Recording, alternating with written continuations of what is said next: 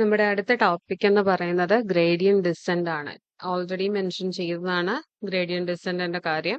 അപ്പൊ നമുക്ക് നോക്കാം എന്തിനാണ് ഗ്രേഡിയന്റ് ഡിസെന്റ് യൂസ് ചെയ്യുന്നത്. Gradient descent is known as one of the most commonly used optimization algorithm to train machine learning models by means of minimizing error between actual and predicted result. അപ്പൊ നിങ്ങൾക്കറിയാം എന്താണ് actual result എന്നും എന്താണ് predicted result അല്ലെ. ഒരു model നമ്മൾ generate ചെയ്ത്, അതായത് നമ്മൾ ഒരു മോഡലിനെ നമ്മൾ ഉണ്ടാക്കുകയാണ് എന്തെങ്കിലും ഒരു പർട്ടിക്കുലർ കാര്യത്തിന് പ്രഡിക്ഷന് വേണ്ടിയിട്ട്. അപ്പം അത് പ്രഡിക്റ്റ് ചെയ്യുന്ന ഒരു വാല്യൂ കാണും, യഥാർത്ഥം അല്ലെങ്കിൽ ഒരു ടാർഗറ്റ് ആയിട്ടുള്ള ഒരു വാല്യൂ കാണും. ഇവർ തമ്മിലുള്ള ഒരു ഡിഫറൻസ്, ആ ഒരു ഡിഫറൻസിനെയാണ് നമ്മൾ മീൻ സ്ക്വയർ എറർ വെച്ച് കാൽക്കുലേറ്റ് ചെയ്തുകൊണ്ടിരുന്നത്. അപ്പം ഇല്ല നമ്മൾ അതിന് എറർ എന്ന് പറയും. അപ്പം ഈ ഒരു എററിന് റെഡ്യൂസ് ചെയ്യാൻ വേണ്ടിയിട്ട് യൂസ് ചെയ്യുന്ന ഒരു ഒപ്റ്റിമൈസേഷൻ അൽഗോരിതമാണ് ഗ്രേഡിയന്റ് ഡിസെന്റ് അൽഗോരിതം എന്ന് പറയുന്നത്. അപ്പൊ ഗ്രേഡിയന്റ് ഡിസെന്റ് എന്തിനാണ് നമ്മൾ യൂസ് ചെയ്യുന്നത്? Optimization algorithm to train machine learning models. അപ്പൊ എങ്ങനെയാണ് അത് നമുക്ക് നോക്കാം. അതിന്റെ ഒരു ഡെഫിനേഷൻ, കുറച്ചൊരു ക്ലാരിറ്റി ഉള്ള ഒരു ഡെഫിനേഷൻ പറയാം. Gradient descent is defined as one of the most commonly used iterative optimization algorithm of machine learning to train the machine learning and deep learning models. It helped in finding local minimum of a function. അപ്പൊ ഇവിടെ ചെയ്യുന്ന എന്താന്ന് വെച്ചാൽ നമ്മൾ ഇങ്ങനെ cost reduce ചെയ്ത്, നമ്മളിവിടെ ശരിക്കും ചെയ്യുന്ന എന്താന്ന് വെച്ചാൽ നമ്മൾ ആ ഒരു പ്രോസസ്സിന്റെ കോസ്റ്റ് റെഡ്യൂസ് ചെയ്യാനാണ്. ഞാൻ പറഞ്ഞിരുന്നു എറർ കൂടുന്നതനുസരിച്ച് കോസ്റ്റ് കൂടും അല്ലേ.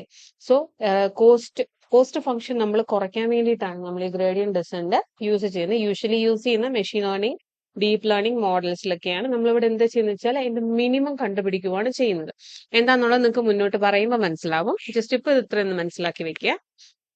The best way to define the local minima or local maximum of a function using gradient descent is as follows. എങ്ങനെയാണ് ചെയ്യുന്നത് നമുക്ക് നോക്കാം.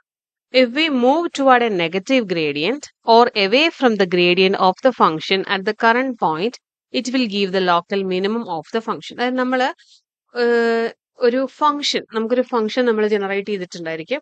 ആ ഫംഗ്ഷന് നെഗറ്റീവ് സൈഡിലേക്ക് പോവുകയാണെങ്കിൽ, നെഗറ്റീവ് മീൻസ് കുറച്ച്, അതായത് നമ്മൾ റെഡ്യൂസ് ചെയ്ത് വരുവാണെങ്കിൽ നമ്മൾ റീച്ച് ചെയ്യുന്നത് ലോക്കൽ മിനിമയിലായിരിക്കും, അതായത് ഏറ്റവും മിനിമം വാല്യൂയിലേക്കായിരിക്കും. And also in case we were moving towards a positive gradient, അതായത് നമ്മൾ പോസിറ്റീവ് സൈഡിലേക്കാണ് മൂവ് ചെയ്യുന്നത് എങ്കിൽ നമ്മൾ എത്തിപ്പെടുന്നത് മാക്സിമം വാല്യൂയിലേക്ക്. നമുക്കെല്ലാം അറിയാവുന്ന ഒരു കാര്യമാണ്. എക്സ് ആക്സിസ് എടുക്കുക, നമ്മുടെ എക്സ് വൈ ആക്സിസ് എടുക്കുക, അല്ലെങ്കിൽ എക്സ് ആക്സിസ് അല്ലെ വൈ ആക്സിസ് എടുക്കുകയാണെങ്കിൽ എക്സ് ആക്സിസിന്റെ നെഗറ്റീവ് സൈഡിലേക്ക് പോവുകയാണെങ്കിൽ നമ്മൾ അതിന്റെ ഏറ്റവും മിനിമത്തിലേക്കായിരിക്കും ചെല്ലുക. പോസിറ്റീവ് സൈഡിലേക്ക് പോവുകയാണെങ്കിൽ നമ്മൾ അതിന്റെ മാക്സിമത്തിലേക്കായിരിക്കും ചെല്ലുക. അപ്പൊ ഇതാണ് നമ്മുടെ ജനറലി പറഞ്ഞാൽ ഗ്രേഡിയന്റ് ഡിസെന്റ് ഒരു ജനറൽ ഗ്രാഫ്. ഇതാണ്. നമുക്ക് ഒരു എക്സ് വൈ ആക്സിസ് ഉണ്ടായിരിക്കും. ആ കേർവാണ് നമ്മുടെ ഫംഗ്ഷൻ എന്ന് പറയുന്നത്. അതിൽ നിങ്ങൾക്ക് കാണാം മിനിമം കോസ്റ്റ്, ആ ഏറ്റവും താഴത്തെ ആ പോയിന്റിൽ എത്തിക്കുക, ആ പോയിന്റ് കണ്ടുപിടിക്കുക. ഇതാണ് നമ്മൾ ശരിക്കും ഗ്രേഡിയന്റ് ഡിസെന്റിനകത്ത് ചെയ്യുന്നത്. ഫോർ എക്സാമ്പിൾ ഞാനിപ്പോ പറയാം, നമ്മുടെ ക്ലാസ്സിലെ കുട്ടികളുടെ മാർക്ക് ഒരു 35 ആണ് മാർക്ക്. ഔട്ട് ഓഫ് 50 35 മാർക്ക് ഉണ്ട്. അപ്പൊ നമുക്കറിയത്തില്ല ആ മാർക്ക് എത്രയാണെന്നുള്ളത് നമുക്കറിയത്തില്ല. നമ്മൾ എന്താ ചെയ്യാൻ പോവാ? നമ്മൾ ഗസ് പറയും, ഈ കുട്ടിക്കൊരു ഇത്ര മാർക്ക്, 50 അത്യാവശ്യം കുഴപ്പമില്ലാത്തൊരു മാർക്ക് കിട്ടിയിട്ടുണ്ട്.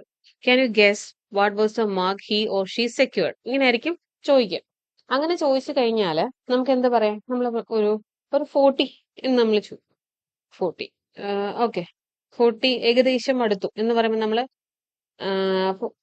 45 എന്ന് പറയും. അല്ല വേണ്ട, ആദ്യം സ്റ്റാർട്ടിങ് നമുക്ക് താഴോട്ട് ഡിക്രീസ് ചെയ്ത് കൊണ്ടുവരാം. കാര്യം നമുക്ക് ഗ്രേഡിയന്റ് ഡിസെന്റിൽ മിനിമൈസ് ചെയ്യുവാണ് ചെയ്യേണ്ടത്. അപ്പൊ നമ്മൾ ആദ്യം ഒരു 45 എന്ന് പറയുന്നു. ഇല്ല, 45 അല്ല. അപ്പൊ ഞാനൊരു 5 വെച്ച് കുറയ്ക്കാമെന്ന് വെച്ചു. 40 ആണോ എന്ന് ചോദിക്കുന്നു. അല്ല. അപ്പൊ 45 40 അല്ല. അങ്ങനെയാണ് എങ്കിൽ 35 ആണോ? 35 ആണ്. ഇങ്ങനെ ഇനി ഇൻ കേസ് ഞാൻ 45-ന് പകരം 5-ന് പകരം ഞാൻ 10 വെച്ച് കുറയ്ക്കുവാണെങ്കിലോ 45-ൽ നിന്നും 35-ലേക്ക് വരും. ഇൻ കേസ് നമ്മൾ 3 വെച്ച് കുറയ്ക്കുവാണ്. അതായത് ഇങ്ങനെ കുറച്ച് നമ്മൾ ആ ഒരു പോയിന്റിലേക്ക് എത്തുന്നവരെ നമ്മൾ ഈ പ്രോസസ്സ് റിപ്പീറ്റ് ചെയ്യും. ഇനി മുന്നോട്ട് എന്ത് ചെയ്യാൻ പറ്റില്ല? അത് കുറയ്ക്കാൻ പറ്റില്ല. ഇല്ല, മുന്നോട്ട് ആ ഒരു ഫംഗ്ഷൻ അപ്ലൈ ചെയ്യുമ്പോൾ അത് കുറയുന്നില്ല എങ്കിൽ ആ പോയിന്റ് വെച്ച് നമ്മൾ എന്തെടുക്കും? മിനിമം കോസ്റ്റ് ആയിട്ട് എടുക്കും. സോ ഇങ്ങനെ ഈ ഒരു മിനിമം കോസ്റ്റിനെ ഫൈൻഡ് ചെയ്യുന്നതിന് വേണ്ടി യൂസ് ചെയ്യുന്ന ഒരു അൽഗോരിതമാണ് ഗ്രേഡിയന്റ് ഡിസെന്റ് അൽഗോരിതം. നമ്മൾ ഇതിനിടയ്ക്ക് കോസ്റ്റ് ഫംഗ്ഷൻ എന്താന്നൊക്കെ പറഞ്ഞായിരുന്നു. ജസ്റ്റ് അതിന്റെ ഒരു definition കൊടുത്തേക്കുവാണ്. What is cost function? The cost function is defined as the measurement of difference or error between actual value and expected values, expected അല്ലെങ്കിൽ predicted values at the current position and the present in the form of a single real number. It helps to increase and improve machine learning efficiency. Already ഞാൻ എന്താണ് cost function എന്ന് പറഞ്ഞതാണ്. നമ്മൾ predict ചെയ്യാൻ പോകുന്നതും ശരിക്കുമുള്ള വാല്യൂസിന്റെ ഡിഫറൻസിനെയാണ് നമ്മൾ കോസ്റ്റ് ഫംഗ്ഷൻ എന്ന് വിളിക്കുന്നത്. ഇനി നമുക്ക് എങ്ങനെയാണ് ഗ്രേഡിയന്റ് ഡിസെന്റ് വർക്ക് ചെയ്യുന്നതെന്ന് നോക്കാം. ഇത് ഇവിടെ ഒരു ഫിഗർ തന്നിട്ടുണ്ട്. ഇത് കണ്ടോ, ഇതാണ് നമ്മുടെ ഫിഗർ. നമ്മൾ സ്റ്റാർട്ട് ചെയ്യുന്ന പോയിന്റ് ആണ് അവിടെ സ്റ്റാർട്ടിംഗ് പോയിന്റ് എന്ന് പറഞ്ഞ് കൊടുത്തിട്ടുണ്ട്. എന്നിട്ട് നമ്മൾ ഒരു പെർട്ടിക്കുലർ വാല്യൂവിനെ ഡിപ്പെൻഡ്, നമ്മൾ ഇതിനെ ലേണിംഗ് റേറ്റ് എന്നാണ് വിളിക്കുന്നത്. ആ ഒരു ലേണിംഗ് റേറ്റ് നമ്മൾ തന്നെ സെറ്റ് ചെയ്യുന്നു.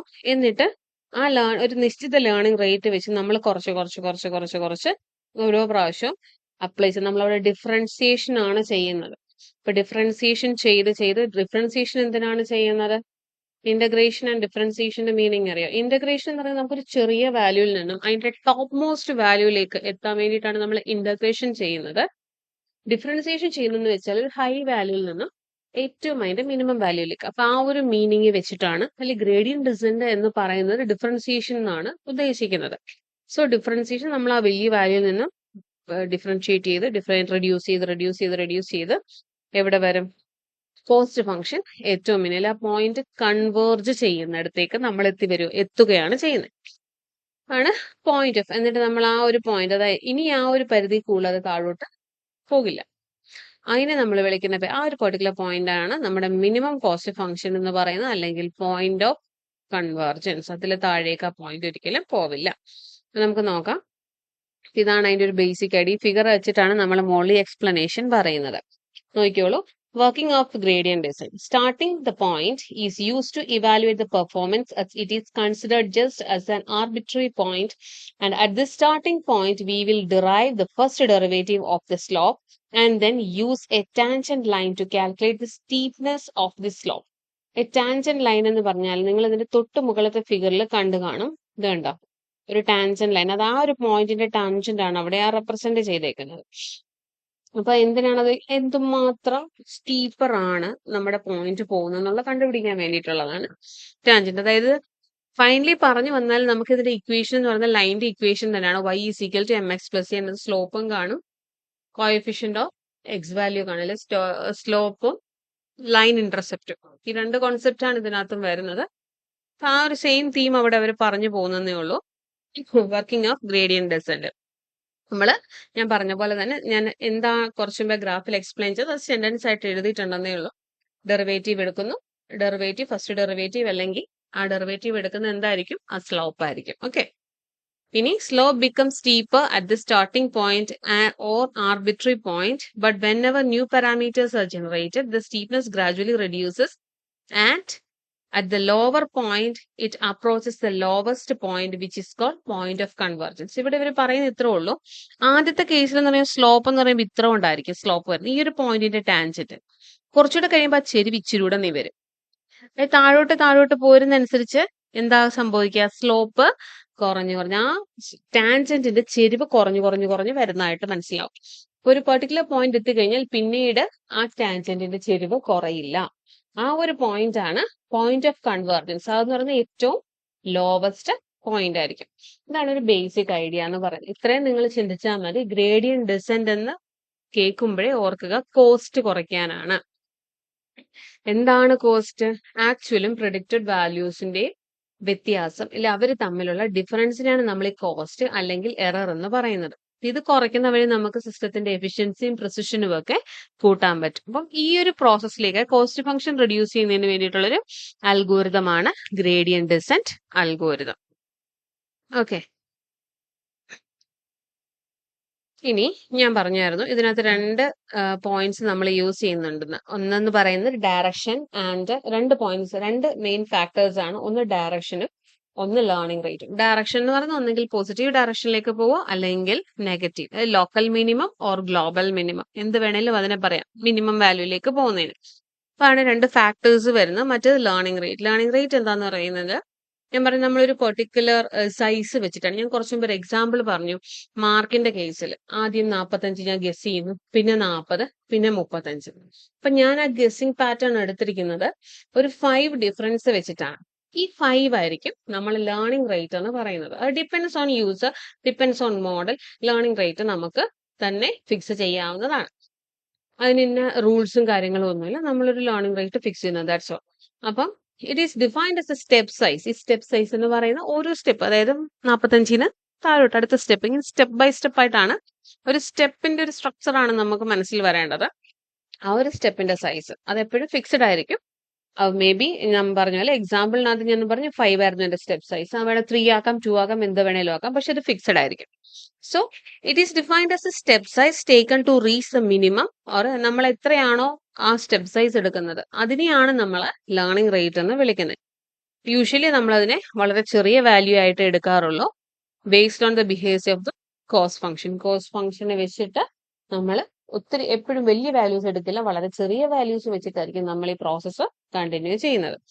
ഇനി നമുക്ക് ശ്രദ്ധിക്കേണ്ട മറ്റൊരു കാര്യം, ലേണിംഗ് റേറ്റ് വലിയ വാല്യൂ എടുത്തു കഴിഞ്ഞാൽ സ്റ്റെപ്പിന്റെ സൈസ് എന്തായിരിക്കും? It results in larger steps, അല്ലെ? വലിയ സ്റ്റെപ്പ് ആയിരിക്കും വരിക. വലിയ സ്റ്റെപ്പ് ആയിരിക്കും വന്നാൽ പെട്ടെന്ന് നമുക്ക് സ്റ്റെപ്പ് ഇറങ്ങി മിനിമം വാല്യൂയിലേക്ക് എത്താം, ആണല്ലോ? സ്റ്റെപ്പിന്റെ കൗണ്ട് കുറവായിരിക്കും.